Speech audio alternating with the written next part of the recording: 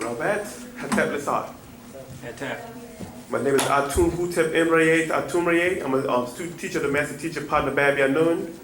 The classes that have been established here are called question and answer classes, where you can ask any question you want dealing with our doctrine that our master teacher has established in 1963 to 2013 and so forth. So any questions, you can just step up to the microphone.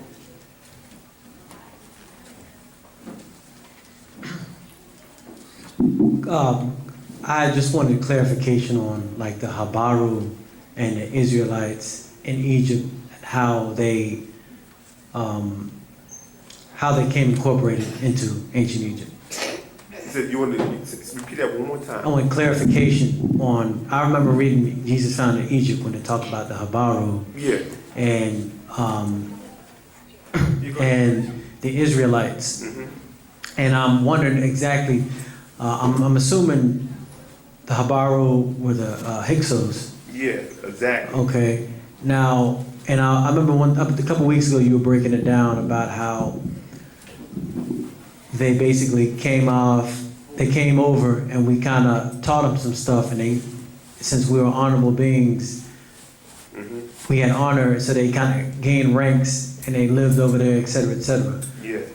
That's the Hyksos, I understand that. But what about the Israelites, and what's the difference between the Israelites and the Habaru? Good question. Okay, let me see. There are 2 pages over here. Let me see this paper. All right. Now, this is at 317. This is 376. The Hyksos, which means shepherd, farmer, or, a wanderer, right? You hear me? These were the shepherd kings. 317. And what happened is these beings were from a place called Canaan. You call it Lebanon. You know what I'm saying? These were Caucasian mixed seeds. Like you say, we say like Vin Diesel, Mariah Carey.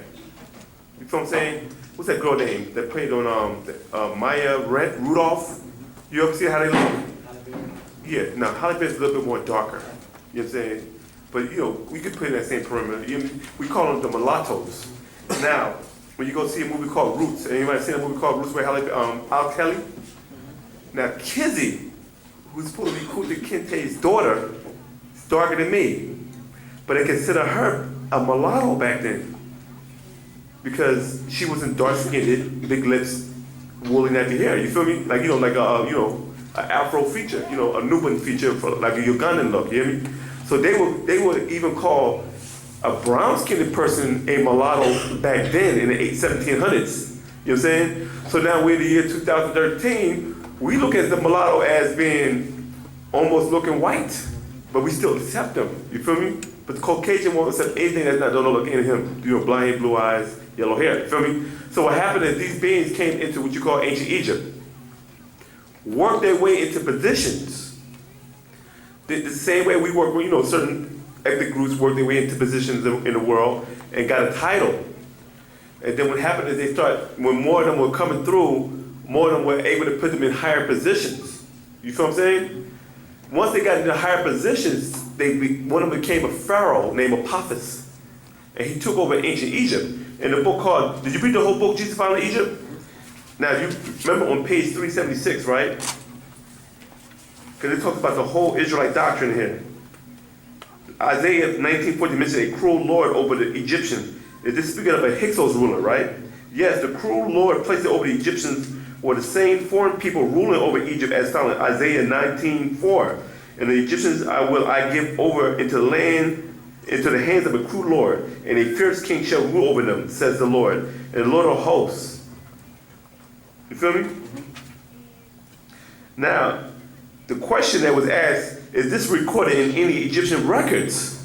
Before we get into that, like I said before, when you go into a book called the Bible, right? Now this Bible has a place called Egypt mentioned in it. Is that true? This place has a place called Babylon mentioned in it. Is that true? True. How about Rome? Yeah, it does. Remember, the Romans were taxing them. Caesar. Render unto Caesar what is Caesar. Render unto God what is God. And where's Caesar from? Rome. Exactly. So here's the question, and they also mention the Greeks and the Macedonians, you hear me? So now you got 4 historical places. Are those places real? Is that a fact? Okay, now watch this. Is this book a fact? According to a lot of people, they say yes, right? Now here's the question. You can find 4 of those places, right? Because Babylon is modern day Iraq, right? And you can actually visit each of those places and go into tour guides and go in there and then give you a little breakdown about the history of the culture, right? Nowhere in the place of Greece, Rome, Babylon, or Egypt do they mention an Israelite or a Hebrew. You hear me? There's no name for them and there's no title for them. They don't even mention the people. Now, when they mention Macedonians, they mention Greeks, they mention Asians, Libyans, and Nubians. They mention all type of different races or species that came into Egypt, and they even have it recorded on their wall, but they don't have this so-called super slave to help them build the pyramids. You hear me? So this book, what the book has done for generations and centuries, right, has gave it validity, meaning that you wouldn't even know this book is true unless they would say, well, there is an Egypt, there is an Iraq, there is a Greece, and there's a Rome, because these places are real. So it got to be true because it has real places in it. But you can't find none of the Israelite stuff. You can't find not one slipper, a robe, a mezuzah, a lock, or a yarmulke in ancient Egypt. You hear me? But you find all type of Roman and Greek and Asian and Sumerian artifacts inside of Egypt. And if you look in the book of Genesis, write this down, y'all. Chapter, it's the last, matter of fact, it's the last book of Genesis. I always use this scripture. That's in Genesis chapter 50, verse 26. And if you read it, so Joseph died, being 110 years old, and they embalmed him, and he was put in a coffin in Egypt. Now, embalming is like, it's a sign that the Egyptian morticians would do to preserve your body. Then they put you in a thing called a neb-ankh. But the Caucasian call it a sarcophagus. And the word sarcophagus is the Greek word for flesh eater. You hear me? They would go in the tombs, open up the tombs, and take the bodies out, take them back where they got them from, and grind up the body parts of these dead pharaohs and eat it. Because these dead pharaohs had a thing in their body called makuzet. Makuzet is a exotic matter that's inside of our body called liquid gold, where you are able to ascend into another dimension. Time and space. You hear me? So they knew about this. So they would go inside these tombs and break open these graves and take the bodies out and put in their drink. This is the master teacher taught us this years ago. But put in their drinks and their latte and they drink, they call it the fountain of youth. This is why you see people like all these entertainers going to Africa adopting babies from villages, because these babies have this mind kind of gold in their body. They need the blood. This is what vampires do. You hear me? So now he has a coffin. It's 2013. They've been in the Valley of the Kings. They've been over here. They've been here. They have found bodies of ancient Egyptian pharaohs. They found bodies of Macedonians, Romans, Greeks. You feel me? Asians, Nubians. So they found all these different races in Africa, even inside sarcophagus, right? But they found not one Israelite, even the main guy of the tribe of Joseph, right? You know what I'm saying? It wasn't even the tribe of Joseph, it was Yosef and Ephraim was his children, right? They considered, you know what I'm saying? But they hadn't found his tribe or his tomb in Egypt. Now, if the Israelites were in Egypt for 400 years, right? What's the lifespan according to the book of Genesis? 120, right? So that means that people died in Egypt, right? If they were in Egypt, according to this Bible, if they was in Egypt in bondage for 400 years, right? That means that somebody got old and died, right or wrong? Sure. So why haven't they found these deceased Israelites' bodies in Egypt? Now let's go back to this book right, Jesus found in Egypt, right? Is this recorded in any Egyptian record? The name Israel or any tribes of Israel are not mentioned in any Egyptian history or records. In fact, the Hebrew name Jacob is only found as the name of a Hyksos ruler from the 15th and 16th dynasty, started with Sheshet, Jacob Her, Jacob Her, Anek Her, a Papi first, a Papi second, and Yakubam and Jakubam, as in Jacob. And this is actually, why were they fighting? This is an extra from the best kept secret. The Hyksos ruler, Apophis, became angry at rituals and worship to the central zodiac deity of Dendera called Tawaret, right? A hippopotamus deity who bellowed during the night, making him Apophis lose sleep, which caused a war between the gods.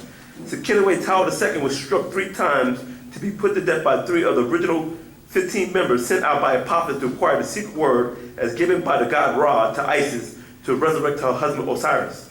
The conflict over Luba's sleep led to the war between the imposter Egyptians and the real Egyptians, headed by Kakmos, son of Sekenaway-Tower II. The end result was the Hyksos were chased across the burning sands and back up into Palestine, the land of Canaan, which you know today as what? Lebanon. Now we stop right there. Lebanon is actually the Hebrew word for Labina, which means milky white or pale. When you look at the word Canaan in the Hebrew language, his name is Labina. You see it?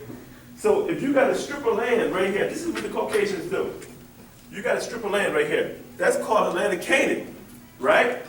Then later on, when you deal with colonialism and invasion of different races, like the Islamic invasion, they will actually take pieces of what you call Canaan and separate it right here, get a piece right here, got a piece right here, I got a piece right here, right?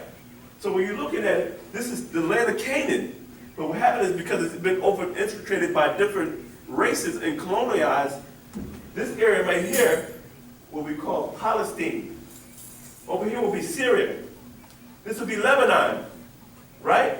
Then the so-called United States will say, well, hey, we want to cut Palestine and we want to call this as what? The state of Israel. You hear me? But all of this was in Canaan. You hear me? So this is Israel, Palestine, whatever, you know what I'm saying, Syria, and Lebanon. Now, it went from Lebanon being this big, now Lebanon is over here. Because somebody came and said, I'm taking this portion. Somebody came and said, I'm taking this portion. And somebody said, I'm taking this portion. So all this was Lebanon at one time. You hear me? But now, the original Lebanon has been split up in parts, and the little piece that's left that's still considered Lebanon is smaller than what it actually was. This is the same thing that happened in Nubia. Nubia was covered all the way up from what you call Tunisia, all the way down to Uganda. But what happened is with colonialism, when certain beings came in, they started cutting off sections. It was called the Kingdom of Nubia, or the Nubian Kingdom. You hear me? So there was no borderlines back then. It even go as far as what you call Nigeria, because they used to call it the South Sudan if you look at the old map. You feel me? So the whole thing is that they was broken off in the sections. I'm getting into your question. So what happened is these beings that you call the Hyksos left Egypt and was ran out of Egypt.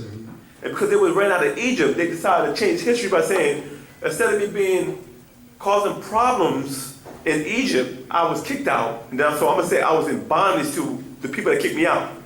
And I was suppressed, so you can feel sorry for them. Then what happened is you got that, then they got the Hitler thing. So you feel sorry from a double way. So what happened is, I'm talking about the Israelite in Hebrew. Hebrew is what they call, it was an action. They called it Abraham Nad because he crossed it from the Tigris River into the land of Libina, or Lebanon, or you call it Canaan. And the people who named him in Hebrew, it wasn't God, it was the people that saw him who crossed over. So that's nothing spiritual about the name. Now when you go into the word Israelite, in the ancient language of ancient Napatan or Egyptian, the name for it was Shasu. You know what I'm saying? And they were talking about the different other species, right? But what happened is these Shasus were actually still Hyksos. You hear me? But these beings were also mixed in with some of the Mesopotamians and the Akkadians. So you deal with hybrids. You feel what I'm saying? And when you look at the Bible, they said Israel means one who struggled with God. Because Jacob got into a fight with an angel, and the angel and him wrestled. And they wrestled almost day and night, and the angel broke his hip, and he lost. And he said, your name shall now be Israel. One who showed is El. But we look at the word Israel, you got this right here. You got Isis, Ra, and El, which is the triad of ancient Egypt and Babylon. You feel me? So what's your next question? Okay, so this is kind of what I'm gathering. It's like the Hyksos were actual people that came in basically, they came into Egypt, it's recorded, etc. Yeah. And basically, the Israelites would have been the later version of them that were basically made up. No, the Israelites and the Hebrews are really talking about the same people. When you say That's what I'm saying. That's what I'm okay, saying. play this. When you say Hebrew, right, according to this Bible, it will be Abraham, the one who crossed over, right? Mm-hmm. And they attribute the word Hebrew to his descendants. That's why God said, I'm going to change your name from Abraham to Abraham because you shall be a father to many nations. You feel me? So Ishmael and Isaac will be considered a Hebrew if someone called Abraham a Hebrew. You hear me? Gotcha. Even though, and also his third son by Keturah named Midian, which is the Midianites, will also be considered Hebrews. That means that any race, any tribe that comes out of Abraham, they all will fall under Hebrew. So actuality, our master teacher wrote a book called Was Muhammad a Hebrew? Muslims say, no, Muhammad's not Hebrew. Yes, Muhammad is a Hebrew, according to the title, because if he's a descendant of Kedar, the second son of Ishmael, whose mother was Hagar, and the father name, and the father is Ishmael, who is the son of Abraham, that means that Kedar and the whole tribe, or the Quraysh tribe, will fall under as a Hebrew. Same thing with Isaac, and the same thing with Ishmael. Midian, you feel me? They will all be Hebrew. Now the Muslims would not be Israelites, and the Midianites wouldn't be Israelites because they don't come from that father. You know what I'm saying? You got Midian, Ishmael, and Isaac, three brothers. You know what I'm saying? The oldest will be Ishmael, the second will be Isaac, and the third will be Midian. You know what I'm saying? So the Israelite the title of the Israelite came from the grandson of Abraham named Jacob. You feel what I'm saying? I got you. I'm with you. You know what I'm saying? So we had a chart right here. This is chart right here is out of a book called The Mountain Children. Pass that around, and this will show you the evolution of how the so-called Hebrew Israelites, or the Israelis, always say that Hebrew is God's language. You hear me? But when you look at that chart will show you the evolution of how it came out of Egyptian hieroglyphics. So when they said that's God's first language, I said, well, prove it. Well, this book said it. I said, but that's your book. Muslims say, hey, Arabic is God's first language, right? I said, prove it. That show you the Quran. I said, but it's coming out of your book. Your book ain't older than the pyramids. Your culture ain't even older than the pyramid. How can your book, how can your culture, how can your language be first and your religion is only around, got started in the 1400s? You feel me? Well, you got pyramids go back tens of thousands, 100,000 years. You feel me? So this is the part of the spell. So when you become a believer, you believe that, but you won't know that. You feel me? Any other questions? Don't be scared to go to the mic. You can ask any questions you want. So that chart right there, it shows you how it was in the picture form, then it evolved into this form, and then you get the scripts. They don't even understand where the script's coming from. And when you look at Chinese, those scripts also came out of the ancient Egyptians also, from the Anu people that went to Japan. So let me get finished right here. So right here, what's it, 376, I was on, right? The stories are too similar not to be one and the same. The Sumerians, Babylonians got their stories from the Egyptians, and the Hebrews got the stories from the Babylonians. Also, the Freemasons derived their story of Harabib, or Abib, who cannot be found by the name in the Bible anywhere. However, we do find the name Haram in 1 Kings chapter 5, verse 2. An architect and an engineer working on Solomon's temple. This is so-called temple, and its artifacts have not been uncovered or discovered to date. However, there is also a king of Tyre, a Phoenician who is not the same person. And concerning three assassins, the three assassins that remained of the original 15 conspirators, according to Masonic legends, and make note that the Hyksos were the 15th dynasty. 15 original conspirators in the 15th dynasty. This is no coincidence. The use of number 15. Nor can the three remaining assassins be found in the Bible. Jubilah, Jubilo, Jubilun, which the Masonics combined and come up with the name or Jew from, where the word Jew originated. These symbolic names, Jubilah, Jubilo, and Jubilun, were the three references who are by biblical names. Three Jews are found in the Bible by the name Reuben, Simon, and Levi, the elder sons of Jacob, or the Jacobites. This is no coincidence that there exists three Hyksos kings, Jacob El, Jacob Har, and Jacob Ban. And the Jacobites are also called the Israelites, were placed under their youngest brother, Joseph, who was called in the Egyptian language, Zapnat-Paneah, found in Genesis 41:45, which means nourisher of life. So this Hyksos stuff let me tell you what's so deep about this. Black people are put under the spell of Christian religion, Christianity, right? But it's mostly dealing with the New Testament. But they read the Old Testament. But the Old Testament deal with what? What culture? Judaism, right? So you got two books here. So this is not a Christian Bible. This is a Jewish Christian Bible. You feel me? And when you look at the Quran ain't nothing but a Roman Catholic Bible. You know what I'm saying? With Judaism, Christianity, and a little bit of Egypt, and a lot of Hinduism. You hear me? So when a Christian gets conscious and says, look, I think I've been lied to, right? They go back further and say, well, it's about being a Hebrew. And they understand that the Caucasian was ready to put you under that spell when you come out of the Christian box. Because then now people say, well, I'm God's chosen people. I feel special. Yeah, go ahead, brother. Yeah, my question is, all right, the Hebrew Israelites, right? Yeah. Where do they get their 12 tribe sign from? They get it from the 12 signs of the zodiac. Meaning that, let me show you. In ancient Egypt, this is deep though, so hear me. Ancient Egypt, when you go to the temple of Hathor, right? It's called a dentor. It's a big giant circle with all type of beings around it, right? And it has 4 females and 4 males, or four horses around the dendera, right? And in the middle of the dendera, you have an animal called Tawarat, or Warat, which is the hippopotamus deity we was talking about earlier, that Hippopotamus didn't like, because this was one of our deities, our ancestors, that we reverence and get respect to. We didn't worship, we respect her, right? And the Hyksos didn't like that. Just like you don't like certain people like the Bush family, some people like the Clintons. Yeah. We like the Obamas, but people say, oh, we don't like Obama. You hear me? But we like Obama. You know what I'm saying? So it's like we had our deity. You hear me? They didn't respect our deity. But in this deity, they had other animals around it that represent different star constellations.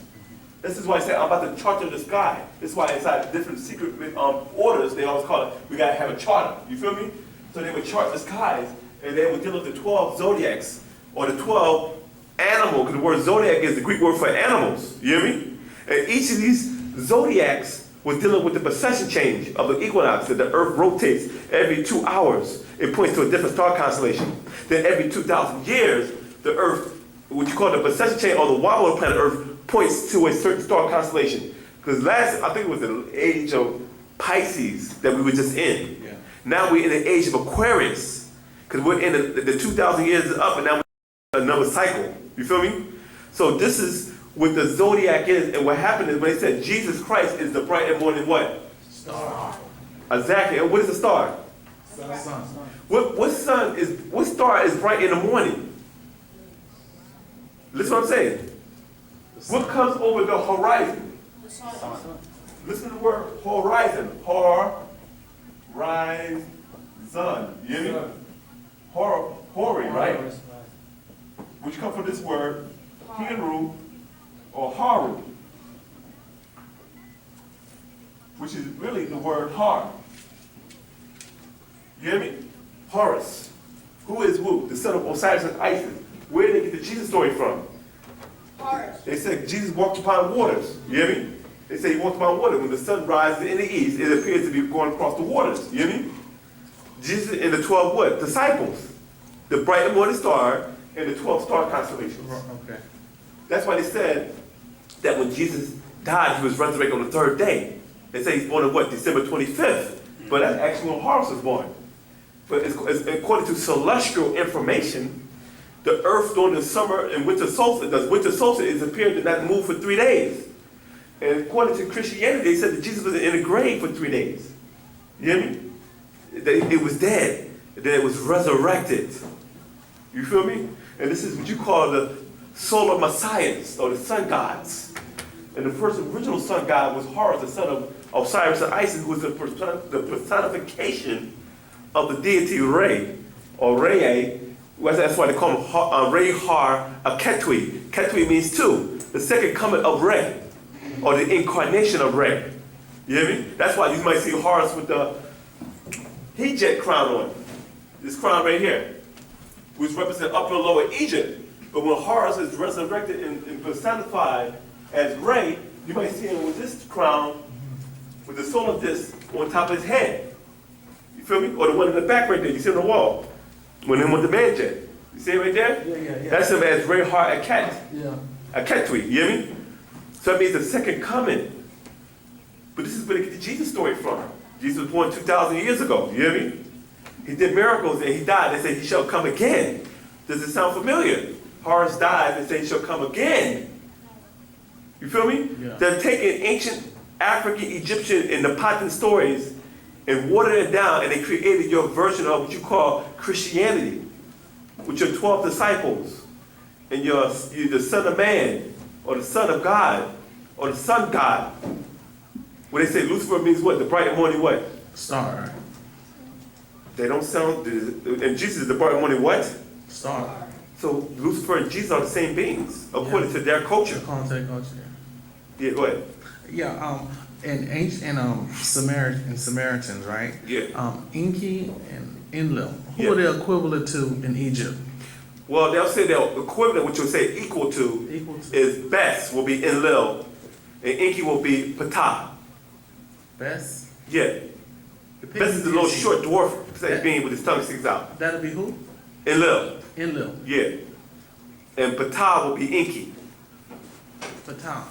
How is he represented? Ptah is a being that stands like this, holds the staff, and has the blue kufi on his head. It has a scale-like body in gold. You call it the Oscars.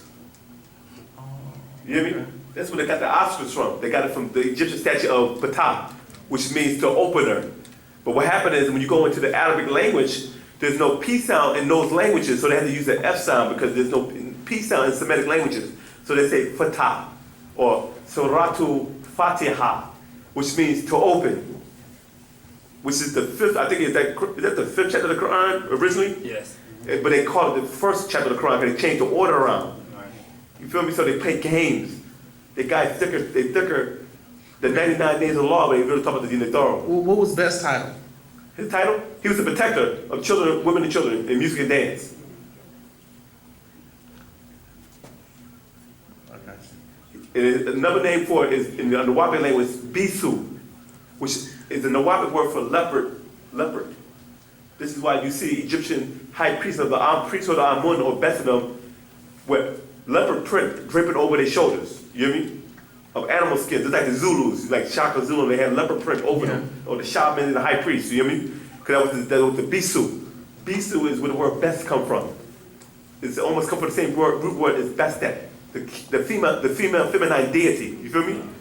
And what happened is Best will also have a Sa symbol, which will look like a let's see, you usually have Sa's up here. Sa symbol would be like this right here, the cartouche, but it's in circle form, it's small. You hear me? Okay, one more question. The names from the Hebrew Israelites, the names that they come up, Ephraim and stuff like that, right? Yeah. Where do they get those names from? They get it from their ancestors. That's what I'm trying to explain to you.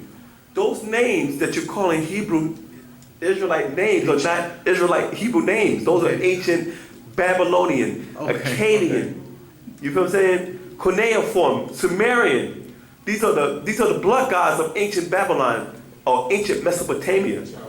The Chaldeans. Yeah, everybody got to remember, Abraham was from Ur of Chaldea, which means Ur is the ancient word for fire, which you get the word nar. You hear me? And Chaldea or Chaldea means demon. You hear me? So he came from a land of fire demons, or these beings that were living there. You know what I'm saying? And these were your black devils that were cast out the heavens, thousands of years ago and came here to earth from Orion. This is what the Hindus call the Upanishad, what they call the Vamanas, where these beings were cast out from Nirvana and came here to the planet Earth. from the Orion star constellation, or Orion 19th galaxy. They call it Canis Major, or before the dog star. These were your giants of Genesis chapter 6. And the sons of God saw the daughters of men to be fair, and came unto them in birth of mighty men of renown. So the beings was giants, Yeah. which was Hindus. Yeah.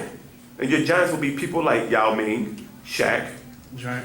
See, you're looking for Clash of the Titans, Jack, like the Titans. You're like, they weren't giants that big though, right? Yeah, they found But archaeologists that found bones. but you gotta understand that when you're dealing with the original Pt.1s, or the Dogons, or the Pygmies, right? These beings the females were 4'7", right? That's small, ain't it?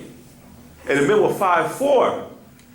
Now, if you're 5'4", and the women are 4'7", and Shaq and them is about what, 7'9"? How tall Shaq? About 7'7"? 7'1". He's 7'1", and Yao Ming's about what, 8'1"? About 7'6". 7'6". Yao Ming's about 7'6". That's tall compared to a person that's 5'4", ain't it?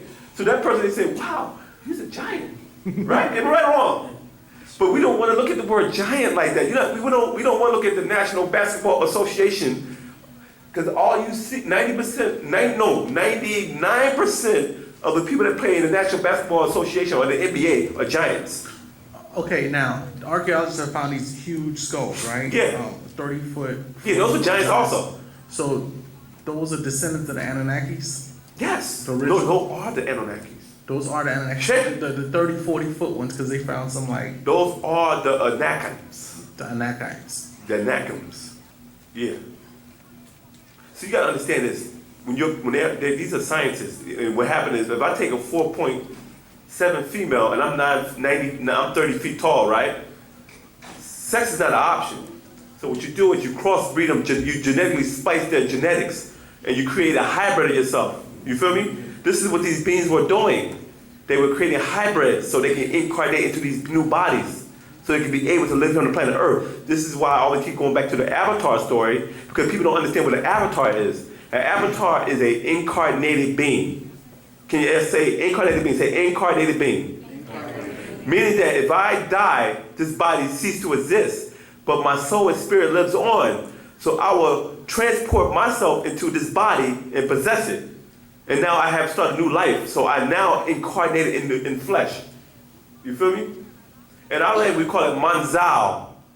In the Arabic language, when we use Ansar law, under the spell of the Ansar law Islamic culture, we call it ilat mutajasid. Yeah, go ahead, my brother. Yes, close to the subject. The fallen angelic being who came down to earth. Yeah. Were they just male or female, or were they hermaphrodites or female? All the above. They're female amongst them? They were Hindus. They're Hindus. Yeah, that was Hindu. That was all the above. Shiva, Brahma, Vishnu, Alelu, Brahma. I just said Brahma. Yeah. Next question. Yeah, go ahead. Was there a continent or some place by the name of the Atlantis, something like that, where civilization once were? Yeah, we're in Atlantis right now.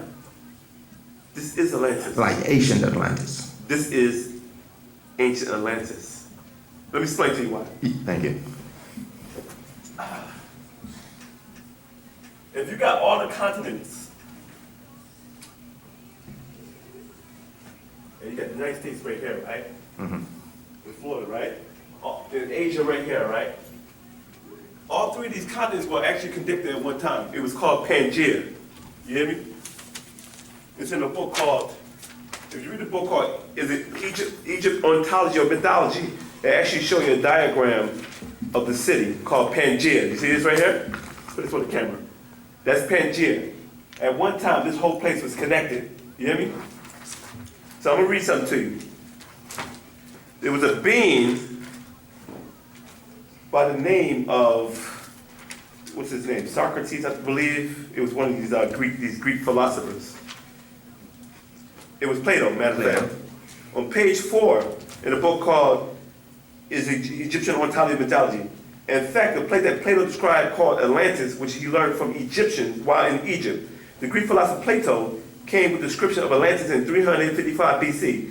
Atlantis is said to be located west of Strait to the Gibraltar. Others, Caucasus, who talked about Egypt, are Herodotus, Plutarch, and Diodorus, some of the best liars. You hear me? When North America and South America was two places in one, it was rich as its mother Africa, of which it was birthed when it broke away. It gets its name Atlantis from the Egyptians who used to travel west by sea to the shores of America for vacation. Now the word, the other guys were here today, they might be bored. I guess they didn't make it. Give me a second. So I can just write this down for y'all real quick so you can get an idea of what I'm talking about. This word right here is called ot, right? Then you got this word, utla. Then you got atala.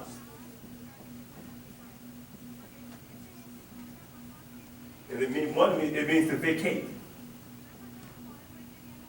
The other one means to vacate it.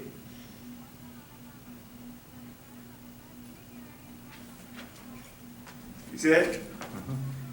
When the Arabs invaded Egypt and found reports of this place, they translated into their own tongue of Arabic. In Hebrew, it became online Bible, Hebrew Strong's number 6101 through 6102. And the word for it is atsal. A-T-S-A-L. You hear me? Meaning slack or idleness, right? In Arabic, it became utla, which means vacation also. Which you get this word right here. U-T-A-L, like we had earlier, right?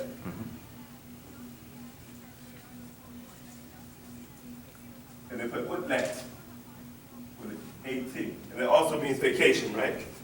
You hear me? Okay. Now in Arabic, when one wants to express a dual of a thing, they would add the letter or vowel for the sound, which is an ayin. You hear me? That would mean two, or whatever. As we in ancient Egypt use the word twi for dual. You hear me? It's like in English, I use the word s. You feel to make it more than one. You feel me? So in fact, utlat or utla became utlan, which is spelled like this. E-T-A. This is the article in Arabic, an, which means two. So when they put that onto utla, they call it utlan, which means two, right? And it means two vacation spots. You hear me? As you know and see in the Greek word, many of us end with us, as in the word Morpheus, son of Hypnus, god of sleep in dreams, or monos, god of, or theos, of sarcasm and pain. So when Greeks use that, in the Greek language, when they use it, they put the word us as us for dole. You hear me? So the Greeks use the us or os, like the word theos, which means more than one god. You hear me? At the end of their words and names. So in fact, what the Arabic-speaking Arabs took from Egyptian records and translated in their tongue from our language, originally became Arabic utlat. And to note that there were two parts to this great landmass that they wrote as Utlan. When the Greeks, that is Plato, re-recorded it in Greek, he changed the word Atlan, which is spelled like this now. You hear me? Y'all see that? And it became now Greekanized, and it became what? What it became, y'all? Because they put the what? Atlantis. This S at the end of it, which is the US or OS. You hear me? So, let me see where we at.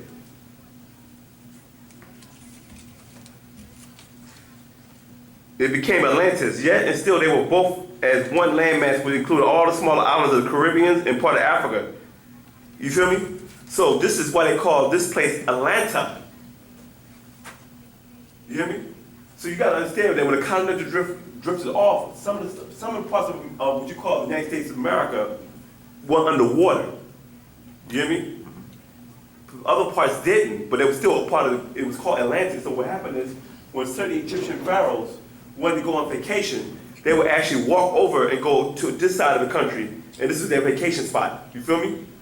And what happened is when the continental drift happened for so many long time, it caused a separation. That's why we have in the book called Set the Record Straight, where it talks about the Nubians. Let me read that to you right there. Anybody familiar who the Nubians are? Because what happened is the Nubians are the beings where they talk about that walked over here before the continental drift. We talk about the rubber people. Huh? The rubber people. Yeah, no, that's what they called them, but that's not what they meant. Give me a, okay, here you go. Where did the Nubians come from? The Nubians or the Wu-Nuwaupians came from Nuba, a country in southern Sudan, which include Ethiopia, Aksum, Uganda, and Kenya. Remember earlier I was saying about kingdoms, right? How all these different countries in Africa actually were part of one kingdom. Because of colonialism, these places became separate. You feel me? They are the original nine-ether woolly-head beings, descendant of the Anunnaki. That's what they were called it back then, right? In the Nuba language, Nuba is said to mean gold. This is reference to the gold that was put under their feet. This gold can be traced in Genesis 2:12, where it says that the gold in that land was good. The word being used is Sahab, which is not Nub. There are many different words. The original Nubians, the original Nubians migrated from the Persian Gulf up into Sumer instead of 7 kingdoms, which is Timur, Salam, Mu, Lomira, Kodesh, Nepal, and Akibalan. Some say while others migrated to the west in Egypt instead of 7 more kingdoms. There's Sapar, Kish, Kuta, Saraput, Uruk, Isan, Iridu. Kish became known as Cush in the Bible. So these Nubians are the original Olmecs who came from out of South Nubian into Central Africa, and they walked over to America before the continental drift. The name Olmec was given to them by their children, the Aztecs, many years after they migrated to America. The word Olmec means people of the rubber land. However, the original name is Nubian from the word Nub. Most historians say they don't know what the origin of Olmecs, while some historians claim that the Olmecs existed in America before pre-colonial time. So these Nubians are what you call your original Atlanteans. You hear me? You understand what I'm saying? Yes. And out of them came your Aztecs, your Mayans, your Incas, and your what's the other ones? Aztecs, Mayan, Incas. It's somebody else, but I'll get to it later. You feel me? Mm-hmm. So this is Atlantis. And this is why, and it's called the New World back then. When they found out what it was, this is why the European couldn't wait to get over here. And once he got over here, what did he start doing? He started conquering and claiming land, and he was not even invited to come over here. We didn't invite you. He's telling us to go back to Africa. Some of us are not even from Africa. Some of us were already over here. Meaning that, say you're in the continent of Africa, right? Uh-huh. And the continents are connected. And you used to live in this village, and you're the king of your village. And your brother said, you know what, I want to go out and establish a new kingdom. And you said, you have my blessings. So your brother decides to walk as far as he could, and he ends up on the side, what you call America. Now, he walked there, but over time, these continents start drifting apart. But you're still blood related. Mm-hmm. They still had the same look, same features, same genetic makeup.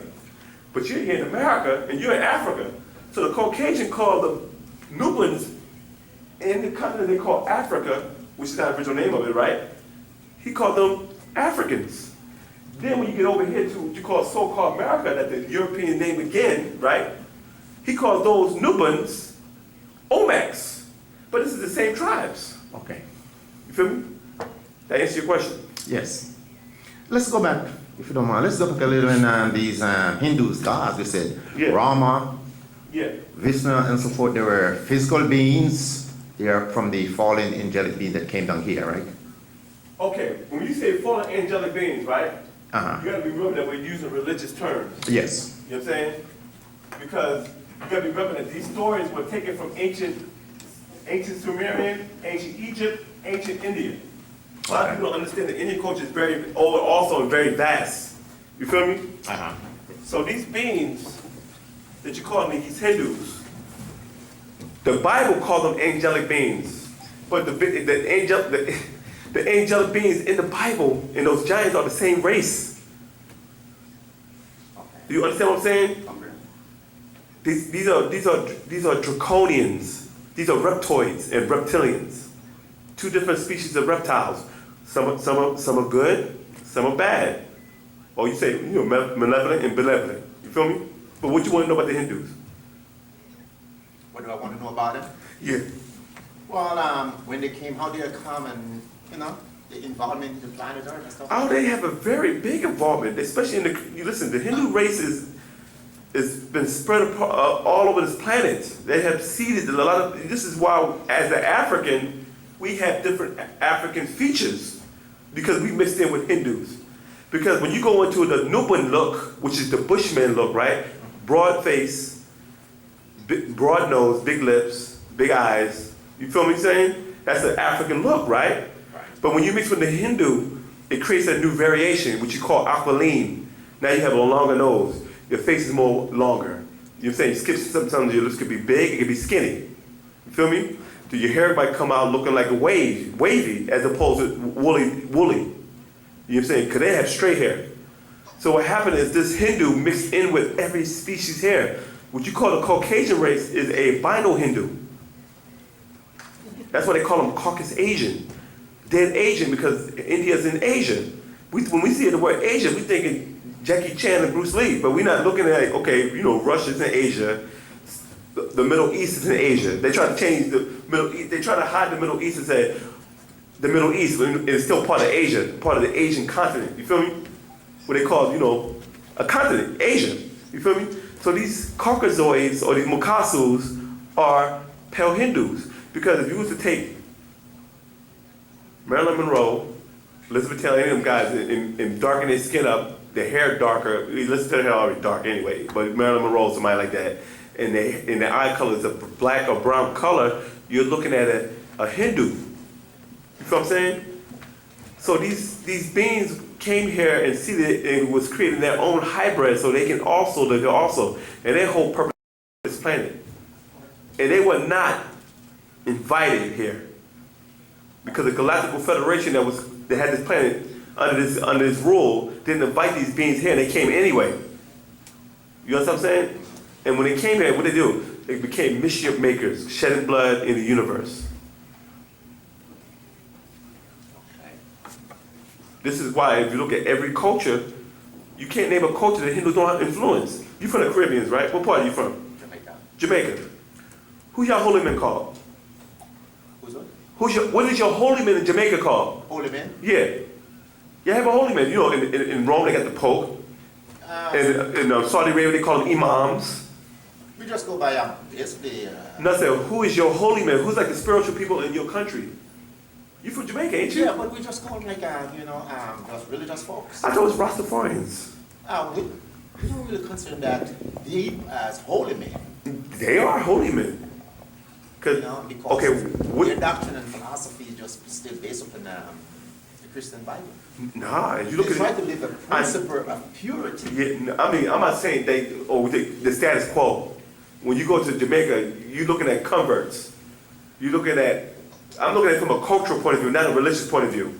You feel what I'm saying? Okay. Because culture-wise, religion-wise, y'all got so many religions in Jamaica. But when we look at the Rastafarian movement, that is like, when you see Rastafarian, you think Jamaica. Right. But if you look at the hair that the Rastas and that culture of a Rastafarian, right? They live up in the mountains. Who lives in the mountains? Caucasoids and Hindus live up in the mountains, right? They dread their hair. That's not an African trait. Africans do not dread their hair. We wore braids, but they did not dreadlock their hair. That comes from the Hindu holy men. Because the Hindu holy men would sit there and meditate, and their shamans or their high priests would dread their hair out. You can, if they don't believe me, y'all can go online and look at a type in Hindu holy men, and they'll show you rituals in India, and these guys are walking around with dreadlocks. What happened is when the coolies, that's what y'all call them, man. The coolies no. Or the West Indies. The coolies is basically African and Hindu. Hindu, right. Yeah, exactly. Right, So right. the Hindu is the reason how the coolie came about, right? Without no Hindu, there's no coolie, right? Right. So that Hindu that's why they call the Caribbeans what? The West what? What do they call the Caribbeans? Say it again? West Indies. Why they call it the West Indies? Because you got Columbus and so forth just thought one unless he was in India. there were Indians in the Caribbean. Yes. That's why he called it West Indies, because he saw the same people that he saw in India. You say, hell, these guys look like the ones I just saw over there Yeah. in Bali. So this must be the West Indies. Because I just came from the East Indies. You hear me? And Okay. these Arawaks, you know what I'm talking about. These Tainos, these Caribs, which is one of the oldest tribes in the Caribbean. That's why they call it the Caribbean, because they named after the Caribs. You know what I'm saying? Which is a very aggressive Indian tribe that's from the Caribbean, right? But these guys came from East India and migrated over here. So when they brought the African slaves here, the Ghanaians and the Nigerians and some of the Ugandans and some of the Osa and Zulus and the Bantu tribes and dropped them off in the Caribbeans, right? Y'all crossbred with not only just them, also with the Scottish. Right. You know what I'm saying? And the Dutch. That's why you call it Irish moss. So that's what it Yeah, I know y'all call it sea moss now, but back in the day y'all call it Irish moss because. But the Irish must come from the Irish, yeah? But that's not an African drink. Right. That comes from the Irish. Right. You know what I'm saying? But Jamaican Africans claim it like it's theirs, but it's not. You call it curry what? Chicken. But curry comes from out of India. Right. You know what I mean? So that's not African either. Exactly. How about jerk? The jerk salt, the jerk flavor comes from India also. So that means we admired a lot of the Hindus. No, meaning that African Jamaicans have no culture that's African because what they're claiming their dishes are not even African dishes. The only thing African in Jamaica is ackee. Because that comes from Nigeria. And they use it for other purposes. You feel me? And you can die from ackee if you don't Secure it right. You cure it right, you hear me? But even when you say patties or pate, that's not what the French word for they use for their meat pies. You put meat inside it, and they used to call the patties back then meat pies back then in Europe. You feel me? So it's like I'm trying to show you that you have so many different colonizations that was going on in Jamaica. So when the African was dropped down there, he was mixing in with all these different species or races and took on their culture. It became a hodgepodge, you feel me? So these Hindus influences the Maroons. Okay. And these guys started letting their hair lock up. Because they would emulate the Hindus, right? Because we didn't smoke weed back in Africa like that. The Hindus smoke weed because they do transcendental meditation. Where they sit there and they smoke the weed not for to get high. They smoke the weed so they can go to Nirvana. In the Hindu culture, they call it their heaven. But Nirvana is a planet they come from in the Canis Major, which is in Orion, you know what I'm saying, or their home planet. You know what I'm saying, where Vishnu and all these other guys came from, these 6, 7-armed and multi-fingered, deformed demigods, you feel me? Okay. And that what happened is these Africans adapted a Hindu Afrocentric culture and called it Rastafarian. And this is why it was easier for them to accept a Hindu by the name of Haile Selassie or Rastafari, who was also a Hindu that came out of Ethiopia. Because he's not African by blood. Because when you look at Ethiopia, and when you go to Sudan, and you go to Chad, and you go to Kenya, these Ethiopians that's inside of Addis Ababa don't look nothing like the indigenous Africans. But they look just like the Yemenis and some of those Hindus that come out of India. You feel me? And this is why it was easier for them to accept and start worshiping a Hindu god named Haile Selassie. Interesting. Yeah, go ahead. Let's follow up on that. I got a question about the Ogdoads. Yes. As far as dealing with the genetic shift. Yeah. How does that tie in with like evolutionary man?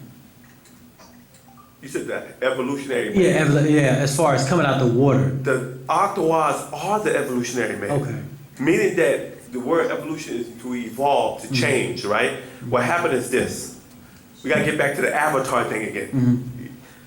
You breathe what? Water. You breathe water, right? Yeah. Is it in a gas form or liquid form? The gas form. Okay, I get you on that, right? Certain beings can't breathe a gas form of water, so they have to go in the water. Mm-hmm. But some of the beings don't want to be in the water, they want to be on the land.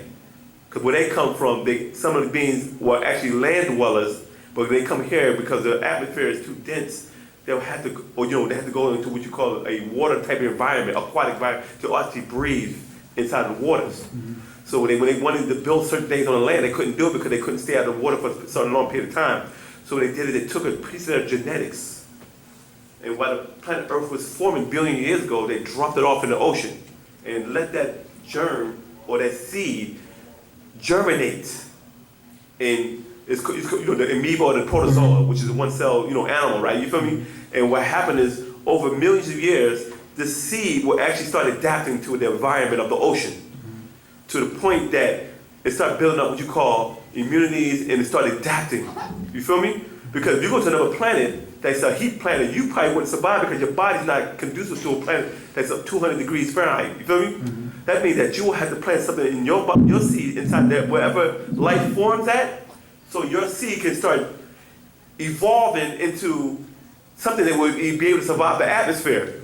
This is why they had to create avatars, because the original body can't survive on this planet. This is why when you go into ancient Babylon and ancient Egypt, you're seeing distorted figures of statues and pictures of other beings that when you look around this room, you see the deities, right? You actually, familiarize or associate or actually adapt to that, because you're used to the look, right? But then when you go to certain parts of Egypt and Babylon, you're seeing figures of these big giant, something you can't tell what it is, but it has limbs and arms and it has something over its head, but you can't tell what it is.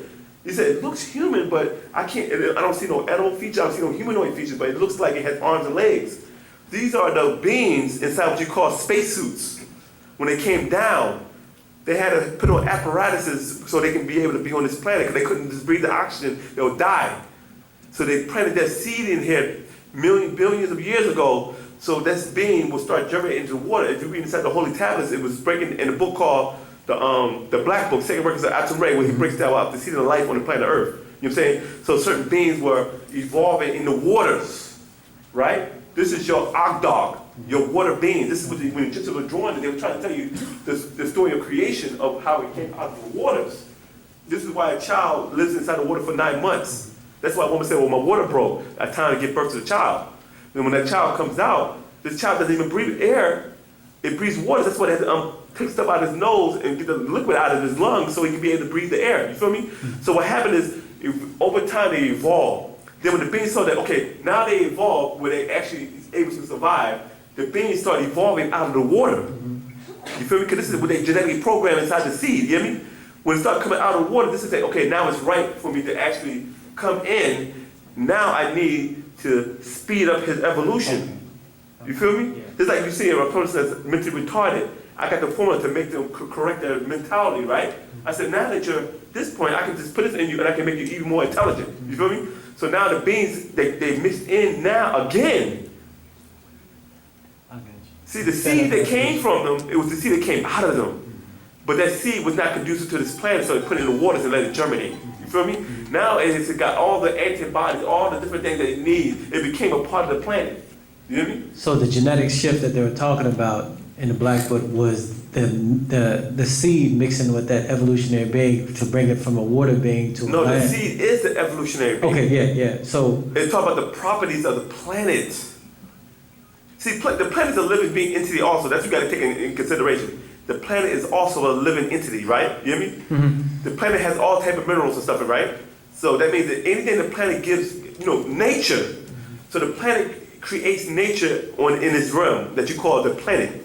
You know what I'm saying? So what happened is everything is grown from nature, but it's grown from the planet. So when these beings needed to be able to form a new form on this planet, it had to take the seed, and the seed was to actually start embedding itself into what you call the planet itself, and the planet will actually give it what it needs to survive naturally here on this planet. Once it does that, then the being says, now that the being has become naturally in tune with the planet, and the planet has given birth to a new type of evolution. You hear me? That's not a part of the original evolution, but one of the oldest evolutions, right? Because it intervened, right? Now this evolution is ready to be upgraded by its parents, who will say, well, now that you have everything you need, I can actually now create a body and don't worry about dying. So now I'm going to speed up your evolution and mix my gene now again in with you to upgrade me. now we talking as far as when the speed up from coming, what is it, Ogdoad to the Rashanat? No, the Octoads are the beings that came out of the water. Yeah, now we're going from the people, the beings that were in the water. The ancestors of the Octoads. Ancestors of the Which Ogdoads. is the Natharu. Natharu. Yes. Okay. The And now overseers. these beings had to develop lungs, correct, to live on land. No, it's not to say they don't have lungs. Mhm. What you call lungs, right, is different than another species. Like some fishes have with their lungs called gills. Gills. You know what I'm saying? So what happened is it's nothing. It's just it's with their breathing. Certain things might need to breathe certain things, and you know what I'm saying. But it's like to breathe this. If I breathe this, it kills me. So I have to develop a survival tactic according to nature to be able to adapt to the environment. You feel what I'm saying? So what happened is, I'm not saying that beings don't have lungs. No, that's not what I was saying. Yeah. What I was saying is that from living Coming out by of the the water, water they had to onto develop land, they had exactly. developed lungs. That's what I'm saying. This is why the Pam-Bab Yanun always said that if you look at the well and how it evolved, the well actually evolved it out of the waters onto land and then went back into the waters. This is why you can find that inside the whale's body, it has hips. Did any of y'all know that? It has hip bones and stuff like that. And it's a mammal. It can breathe water. And they also tied in how the whale and the dolphin are almost closely related to human beings.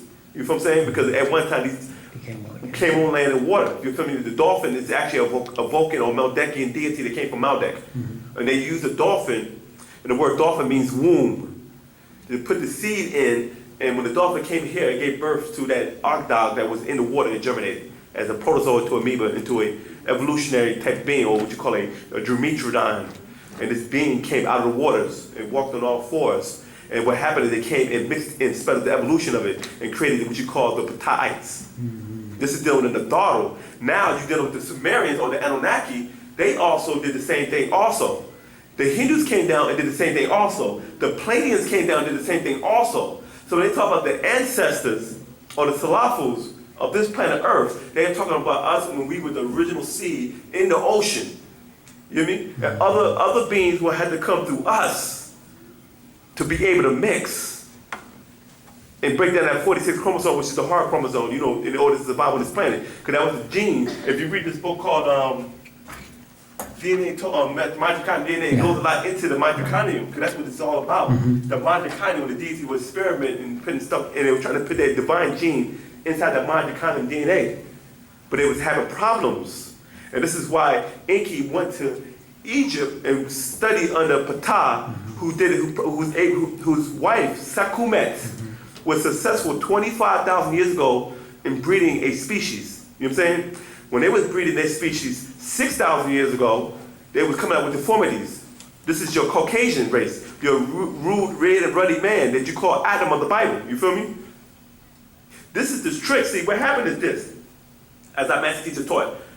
The spell was so miraculously cast upon us, they did it in layers and dimensions. So Pop had to create a doctrine from Wu-nuwaupu in layers and dimensions to break you out of the spell.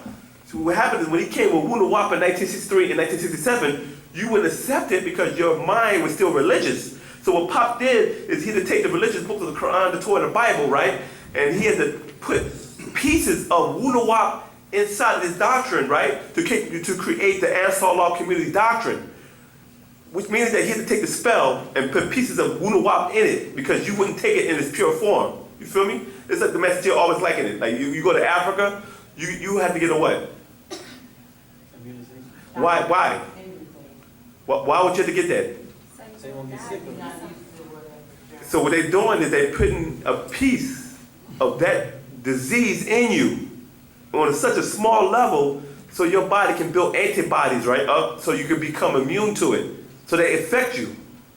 You hear me? So then when you go to Africa and you come in contact with malaria, you won't get as sick because they already put a little bit of malaria in you. So what Pop has to do is he has to take this religion, put a little wapo in it, and give it back to you. And you say, oh, that's deep, Pop. How that? But then you focus too much on the religious aspects for so many years that Pop's saying, you're still not asking the right questions. They're still asking about Allah and Yahweh and Jehovah. You're not asking stuff about the science I put in here because you're still under spell. This is why Pop had to walk us on a long path on a short journey. I mean, a long journey on a short path. You feel me? It takes a Christian 30 to 40 years to become the best Christian they ever be. It takes a Muslim about the same time and a Jew at the same time. But with us, Pop crammed it down so quick. But Wu-nuwaupu was put in it, so it sped up our genetics. Genetically, this is why Pop said every time you read the doctrine, you got a genetic explosion. Because the information was already in you. You feel me? So now that he gave it a version of the spell, but he has a piece of the cure in it. Now you're starting to cure yourself. This is why he calls the Dr. York, because he's curing the sick. You feel me? So now that you're out of the spell and you're almost cured. Now you have to learn the language to be cleansed of it. You know what I'm saying? Because once the language is there, the spell is completely gone. But you're still dealing with the parameters of the spell. You feel what I'm saying? And this is what Doc has been doing for so many years. And that's why he walks into all these different schools, because it's the dimensions. Because once you say, well, in the old doctrine, you said Adam and Eve were black and white. But the scriptures in the Bible, Doc proved it in the book. Adam was black, but that was a dimension and that was the level of the spell. You hear me? But then, once you get to a higher point, the Bible said, you don't need this anymore. They were white. But the Bible said they were black. Yeah, but that was part of the spell. Because what happened is when they gave the spell to you, they told you that they were white. But they never showed you in the Bible that they were white. But in this book, when you read it, they're not showing a white man. They're showing a brown man, a black man, a red man. You feel me? But then when you go to another level of Wu-nuwaupu, you realize these brown and red men are Hindus and Caucasoids. But because you wanted to be down with the Black Power movement, because this is what attracted you to the Ansar, New Islamic Hebrew doctrine, because that's what you wanted. You wanted racism, because you felt like you got stomped on by the white man, and Pop gave you what you want, so you can want what he had to give. You see? Some people came for the spiritual doctrine, but then Pop even took that to another level. He gave you what you want, so you can want what he had to give, because you wanted to sit there and meditate, but you was meditating on the wrong tones anyway. Now we're in a day and time where Pop is all about your DNA, your vibrational, and your frequency. It's about tones, tuning in. You feel what I'm saying? But you'll listen to all type of music. You listen to Kitaro and Hare Krishna, and you sit there and listen to tones that sounds peaceful and sounds spiritual, but they're not vibrating on your same frequency, so you're still caught up there. And now Pop had to break you out of that spell. So it's so many layers of spells put on top of spell, because they know what they were doing. Because once you came out this spell, then you went this spell. And you go like, well, why do you do this?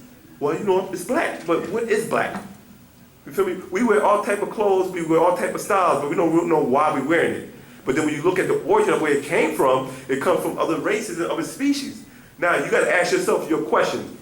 Do you want to be of the original Nadaru Salafu, or do you want to be of the Drava'u Salafu, or the Mokasu Salafu? You feel me? Because the whole thing is this, you got to ask yourself, why do I wear what I wear? Why do I have the clothes I have on? Why do I wear my hair this way? Why do I do this? Why do I do that? Now you have to sit back and say, well, let me do some research on why I do it. Because it can be research. You know what I'm saying? And then when you start doing some research on why you do certain things, you realize that a lot of stuff that you do, that you think is natural, African culture, is actually someone else's culture. Because you got to remember that we've been mixed in so much with different species that you might be practicing a minute part of that Hindu that's in you, or that Picasso that's in you. This is why I like YouTube. I like Christina Aguilera. I like Miley Cyrus. And you're like, I like that too, but you don't understand why you liking it, because you gotta, like our master teacher has said years ago. I mean, matter of fact, recent to the day, he said that because we like it, it's called inclination. We're inclining to that gene that likes that music because we have it in us. We're not learning how to suppress these inner beings. You feel me? Of this mixture. The Pandora box has been opened. There's nothing we can do about it. This doctrine through Patarak, in the actual fact, is showing you how to control these inner beings, your inner families that might be different species. You feel what I'm saying? Because we sit here and we practice everything but African culture. We say we're African by mind, but we don't even think African. We don't even look African. But you put on a dashiki and you put on a royal baba, or you know what I'm saying, or something, or a kaftan, and you say, well, I look the part, but you still don't think the part. You feel what I'm saying? Yeah, go ahead. Yeah, Kanun. Is Kanun Re in ancient Egypt? No. That's another deity. That's the potter's wheel. That's the ancient Egyptian doctrine, and our ancestor Dr. Kanun was the being that was the scientist that was fashioning the body, the DNA, the form, the body. This is what he said. He was sit there, and Kanun is on a potter's wheel, and he's molding the body of the human beings or the Egyptians with clay.